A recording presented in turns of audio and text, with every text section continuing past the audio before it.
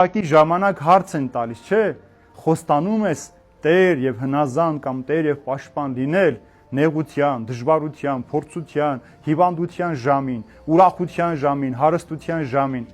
Բայց մեկ էլ տեսնում ես ընտանիքում ինչ փոքրիկ հիվանդություն, մի փոքրիկ տկարություն, սերը ոչնչացավ եւ շատ հաճախ էլ ոմանք մեկը մյուսին թողնում են։ Եվ հատկապես երբ որ մարդը անդամալուծություն ունի,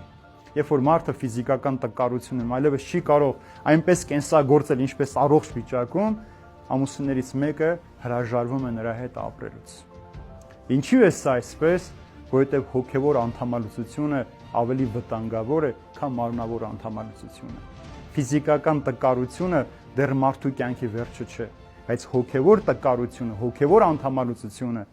ոչ թողնում է մարդը սիրի, ոչ կարողում է մարդը տեսնել, ոչ կարողում է գնահատել, ոչ է ունեցածը արժևորում իր կյանքի մեջ։